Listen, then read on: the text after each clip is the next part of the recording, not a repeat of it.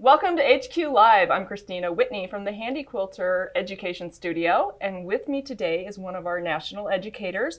We have Diane Henry from Virginia. Hey, welcome, Diane. Thanks. How are you? I'm great. Excellent. So excited to be here. We're glad you're here because you have some really amazing samples and projects to show us. So first of all, tell us a little bit about this particular project that you have and what techniques you used.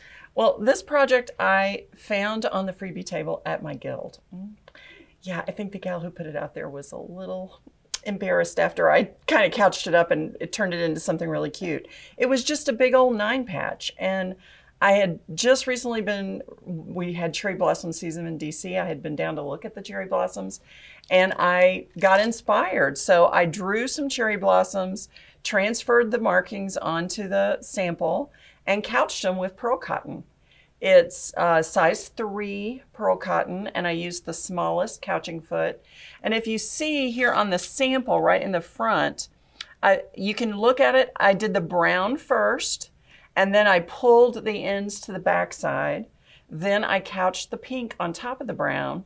And so it really does give the effect of having hand embroidered these. Took me less than an hour to get it all on. And then a quick run through with the Pro Stitcher. I cropped out the large squares and it was quilted and finished, and I was done. It was finished. That's the key thing, right? It was totally finished, and finished when I got something that was not finished off the freebie table. Yeah, and it's fabulous. I really love it too. So tell us a little bit about your couching, because I know you've got some other I will things. pretty much couch anything that doesn't move. Okay, first of all, will you tell our viewers what exactly is couching? Couching is when you take a cord and a ribbon, anything you want, and you apply it to the surface of the quilt. Normally, when we do it back in the day with the domestic sewing machine, you have the cord and then you're doing like a zigzag stitch across the cord. With the Handi Quilter couching feet, totally ingenuity out the wazoo on these. I love these couching feet. They're the best. Yep, and they're showing the couching feet right now. There's a set of 3. It is 3 feet. Yep. So you choose your size. As I said, with the pearl cotton, I used the smallest. The largest one, you can do chenille yarn and any yarn in between. What I did when I got my first set of couching feet is I started with the smallest foot, and I started with my collection of yarns and threads and anything else, ribbon, whatever else I wanted to try couching with. And I made a sample. So smallest couching foot, smallest yarn. And then when the yarn couldn't go through the the small foot, I switched to the medium foot and kept on going.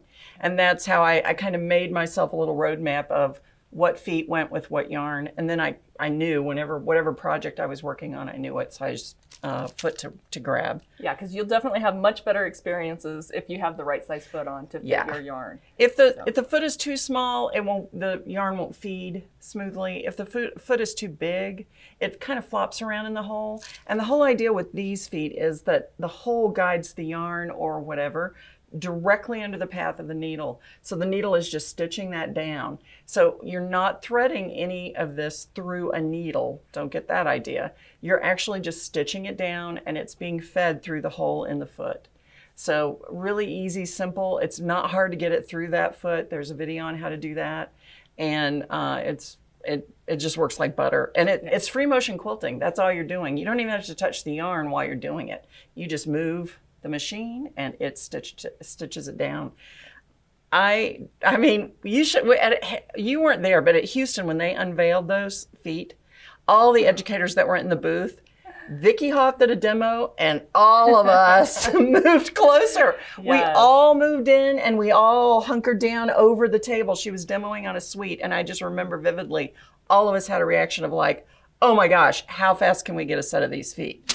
Yeah, they're fabulous. I have so much fun with them. I love them. So let's see some of your other projects. So I'm going to move this one out of the way, and you can show us this next one that you've got here. Okay, I did this little fish project. I was in a group. I'm in a group that does art quilting kind of projects, and I had a hankering to do some pebbling quilting, which is here on the bottom of the fish. You can see the pebbles at the bottom. And I also, the whole idea was we all use the same fish pattern. to make the fish. Well, everybody else was going to do applique, and I thought, not for me. I'm going to use my machine because I like having fun on my machine, and I thought this is a perfect place to do some couching. So I drew the fish off. I bought a single skein of yarn. It's Landscapes yarn, Lion brand Landscapes. And the reason why I did that is it has a very long variegation length, and almost all these colors were in the yarn. So I knew all those colors would play well together already. So that was easy, and I didn't have to buy a whole bunch of yarn. And I couched him. Now, the process I did, first the fabric was on a piece of waste batting, and I used that as stabilizer to couch the fish. Then I ditched around the fish with my quilting foot and trimmed the batting underneath the fish, and then layered it with 2 other layers of batting. So directly under the fish, there are 3 layers of batting, which is why he's nice and proud on the fabric. But that's a good way to put it. Yeah, I wanted him to stay in the focus. I wanted him to stay center focus. And then I did the rest of the quilting. And the theme that year for our guild was, our guild show was water in Virginia. It was like different lakes, streams, ocean. And so that's how he fit into the theme for the quilt show that year. That is fabulous. I really, really like that quilting. And I like how the fins show up so well. And you mentioned some ideas about how you did that earlier with different colors of yarn. I did. I used 2 colors of yarn. I did the green in this around the eye is what I originally used for the fins. And when I did that, the fins sort of took over. And so I wanted to sort of mute them down a little bit. And I had another gray yarn that was a similar type fiber to this yarn. And so I just quilted ribs over. I couched the yarn as ribs through the fin. And so you get a little hint of green and then a rib of gray. And I think it balanced him out nicely. Yes, I love how you layered those different colors. It's fabulous. And you can couch, the machines are industrial, they'll sew through anything. So you can couch multiple layers, no problems. I also used clear monopoly thread. So I use Monopoly by Superior. It's my favorite clear thread, but it's so nice when you can use clear thread because you don't have to, you just can quilt and keep quilting. You don't have to stop and change thread every time you change color. Yeah, even depending on what kind of yarn you're using, sometimes the thread just sinks right into it so you don't even really see the colors. Right. So if you're doing something with, really thick yarn, you could hide it. Right. But yeah, and I like that tip. The beauty of this, I don't know if you see it on the back, I did by couching it first and then layering it, I hid all the stitching in the couching. Mm-hmm. So what was nice is I could use all my waste bobbins. So it's always nice when you can use up those bobbins and free up your spare ones. Definitely. Well, that is great. Well, we've got this other sample, and then we're going to get into your project. Okay, Diane, tell us about this purse you've got. So this is one of the first things I couched, and I had been demonstrating couching. I was at the show, the Tokyo show in Japan for Handi Quilter. And I love getting to travel for Handi Quilter. It's one of the best things about the job. And I was demonstrating couching. The feet had just come out. And I was doing lots of single lines and letting people stitch for a few inches or so, if they wanted to in the booth. And because we didn't have enough fabric left, to really do lots of samples, I started filling in the samples that they had made. And I realized what a pretty texture it makes to make this like a new fabric out of the couching. Yeah. And so I did little purses for myself. And this little purse, it's a commercial pattern, very easy. It's just, got a zipper opening here. And I did it I used just plain black. Here I used black fabric. And I used fusible, and it was a fusible fleece as my stabilizer. Again, I lined the bag so you don't see the stitching, and it just makes a cute little purse that you can throw on, carry your phone, whatever you need to, and just run around with. That is so cool. All I did, this is Red Heart yarn, very inexpensive, and all I did was meander. I meandered the piece first, and then I just came back in and filled in the meander. So was this one skein of yarn, or did you use multiple different types? You can use multiple different types. This is one skein variegated, so it's different colors. Okay.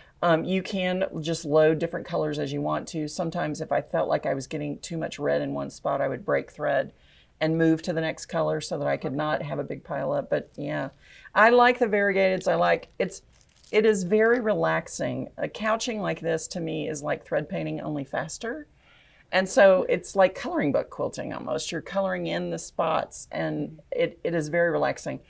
It's a really funny story. I taught this at Academy one year, right after the Couching Feet came out. And when I brought in people for the class, I had one lady come up to me and she said, "This really wasn't my first choice of class." Oh, just what every educator wants to hear. Am I right? Oh, yeah. Right? Not Warms you my again. heart, right? And I said, "You're about to have more fun on your machine than you've ever had in your life. I guarantee you're about to have so much fun. Just sit down and trust me on this." And by the end of the class, everybody in class was like, "Oh my gosh, we ran out of fabric. I want to couch some more." Because it is just fun to play with the machine. You don't have to worry about your stitches looking bad. Your stitches don't show. It's all buried in the thread, in the yarn. So it's fun. It's fast. It's fun. It's easy, and it looks good when you're done. I just love doing it. So much fun. But you've taken it to an all new level. Well, kind of. I Yes. got a little carried away because Let's see the next project. I know. I decided I wanted to try to couch a stuffed animal, a full-on stuffed animal. Now, I did a small cat about 3 or 4 years ago. I did a small cat to carry around as a sample. And then I was like, I need a bigger cat. I've got a front porch. He's a Halloween decoration. This is Zombie Cat. And I wanted him on my front porch. And yes, he is a he. Don't ask me why, but he is. And I thought, I need a pattern. So I ran down to the J Word. Yeah, the place with patterns, and some fabric that we don't buy because we always all support our local quilt shops, especially those that are Handi Quilter dealers, right? But they had this really cute little pattern. It's a quick sew. It was not expensive, and it's called Plush Animals. And there's a cat, a teddy bear, and a dog. And when I saw the cat, I thought, hey, there's an easy cat, and he looks kind of big. I think I could couch that. I don't know of anybody else whose first thought would be, I'm going to couch it. I'd probably be the second person. Okay, maybe. Well, there is someone that used to work for the company. She retired, but she used to call me the couching queen because I literally will couch pretty much anything that doesn't move. I'm always looking at stuff going, can I couch that? And what would it be if I couched it? So, which yarn should I use? Exactly. Let's go to the collection of yarns. So I chose the cat, and I did couch him. This is also Red Heart yarn. It's a good yarn. It has body so that the stitches kind of bury in, and you don't see a line of stitching on the yarn. And I had a blast. So I want to walk you through. Can I walk you through the process of how I did him? Yes, and then we've also got some video of you actually doing it. Is that right? That is right. Excellent. And so we'll be interspersing video as we go. But so first what I did was have the vision, and then I got the pattern and I opened it up, and I never have ever liked cutting into my paper patterns. So I immediately transferred it to Golden Threads paper. Now, Golden Threads paper is it's a must-have in your studio. If you don't have any, you got to have Golden Threads paper. I transferred it all to Golden Threads paper, so here, let me show you. And you've got to have two pieces. In this case, you've got to have a reverse for each piece. So the front is in two pieces. There's a left and a right side, and then there's a right and a left side on the back side too. So you've got to have two of each. And the tail is in two pieces. So I drew off just the one side for each piece, and then I laid it on the fabric that I was going to couch on, and I used my Pro Stitcher in the record mode, and I recorded the pattern. So you already had fabric loaded on your machine, and you put this right on top of your fabric on the machine. That's right. And stitched it with your long arm. That's right. And Fabulous. so I have an infinity big throat space, which is great because these pieces I could stitch each piece as one pass. All I did was pin the paper down.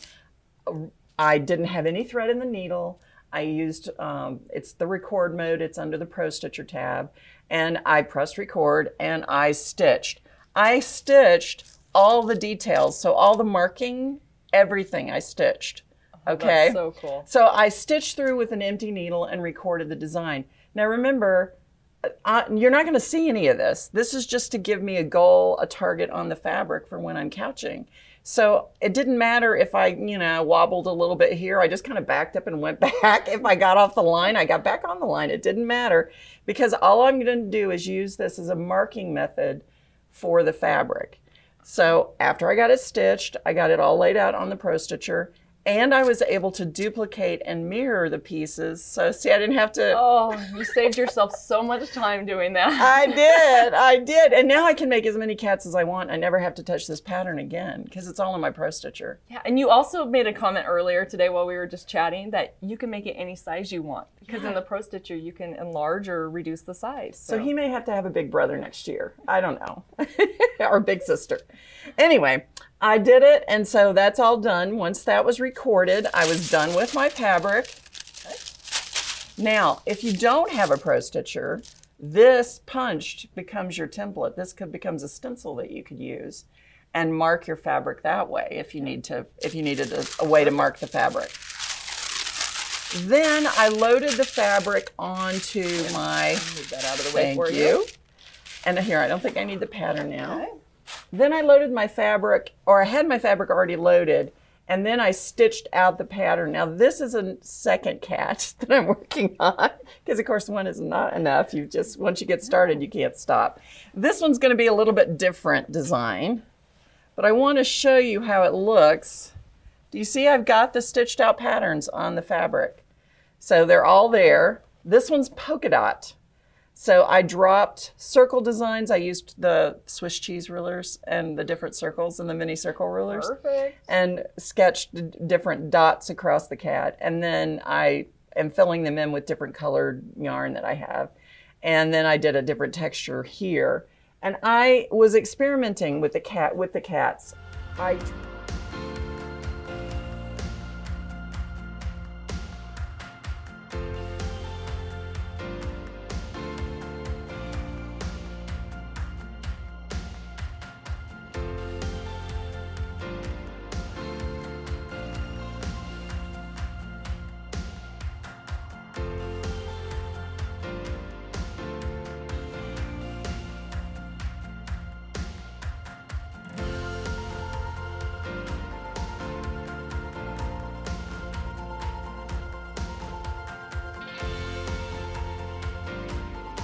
I tried for the black cat, I also tried the pebbles, but do you see that there's no life there. You really cannot see any kind of difference because of black is so black. Mm-hmm. Yeah. Black is hard. It doesn't show really shadows. Mm-hmm. So I'm always kind of leery when I'm working with black. I always have to experiment first. And I do recommend that you stitch a sample to make sure you're getting the effect that you want. Then I just settled on doing little zigzags back and forth and make it look like it was fur. So he's got more of a straight fur, a glossy finish kind of cat surface rather than the curly cat. I'm kind of partial to the curly one myself. I do like the curly. The curly with this brown because you really can see it so much better than the black. Exactly. It just adds something to him, doesn't it? Yeah. It would also be cute with the teddy bear. Yes. The teddy bear would be cute, It does curly. look like a teddy bear for me. Yeah, but he's going to be a cat. Anyway, Okay. Another thing I learned while I was stitching this is I was very mindful of how large my pattern pieces are. On this piece in particular, I was able to couch without stabilizer, and I had never done that before. It was a total experiment, and so I was really glad I tried it. I didn't need stabilizer because I'm couching so densely. The yarn is actually becoming its own stabilizer. It holds the piece. Now, when you trim them out, they do tend to want to kind of curl on themselves, but I just pinned them together and they sewed together fine. So I didn't have any like tight shrinkage that I had to deal with, and it wasn't a problem. Like this looks about as bad as it ever gets. So it wasn't really a problem to stitch from going from piece to piece. I didn't have any issues. Okay. Do you have any recommendations for your base fabric for underneath the couching? I wouldn't go super light. I don't think tulle would work. I have couched on tulle before to make appliques for clothes. And for small pieces, it does work. The main thing, you want something that will handle this much needle punching. Okay. How about the color? It needs to match. Okay. So I'm Do not looking use at your white. white here with the brown, and you Yeah. you The had made some cat, comments. I did learn the hard way with him. Because he's stuffed, it's stretching the fabric. And so when you you can't really see as much, but because I kind of doctored him with a Sharpie, with a black Sharpie. Just don't tell anyone. Only his hairdresser knows for sure where the grays are, and that would be me. But on the back side, I think you can see just some places where the white sort of shines through because it's stretched and rounded the fabric. So when it stretched it, there's some little hints of the white underneath him. So this one has white fabric with the black yarn on it. Right. If you were to do it again, you'd use black fabric. I would use and black. put the black yarn over it. Absolutely. Okay. Yeah. Perfect. And you don't need expensive fabric. You don't have to do something expensive because you're never going to look at it again. Yeah. Yeah. It's all covered. It is. It is all covered. Totally. I like coverage.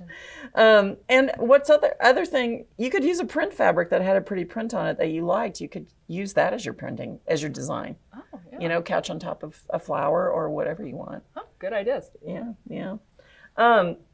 You want that. You want this. Experiment with the different patterns and colors that you're using.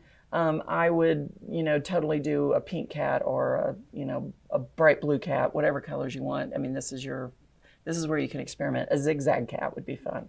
I mean, you can sky's the limit, put initials on it or whatever you want. There are also yarns that you can get that look like fur. Like Knit Picks has one. It's called Fable Fur, and it is so soft. And that's going to be one of my next ones too, because he's really comfortable to hold. Like him. And I thought, wouldn't it be nice if he was softer? I'd have something I could cuddle with, although I'd probably have to compete. My dog might not like it too much. New chew toy after all Right? of that word. Yeah, No. So Diane, this is fabulous. You've shown us kind of the beginning steps, but we're going to also share a video, and we mentioned it earlier, of Diane at home actually stitching out the zombie cat and going through those different steps. And I want you guys to all have fun doing it too. I had so much fun making him. And it really didn't take very long at all. I think it took me about an hour, maybe 2 hours to couch him. And then he went together in about 15 minutes. The hardest part really was turning the arms. I would not go smaller than the arms to turn, but he turned just fine. And I think he turned out so cute. I can't stand it.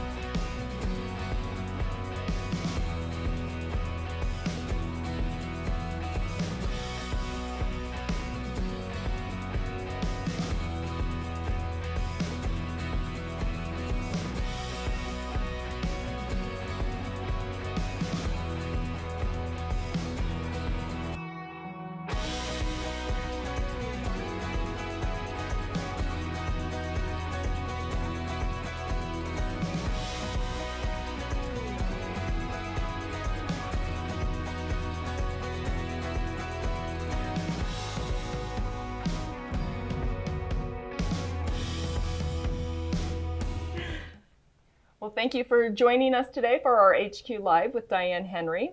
Lots of fun ideas, and we were glad that you joined us. Make sure that you like and subscribe to our channel, and we look forward to seeing you next month.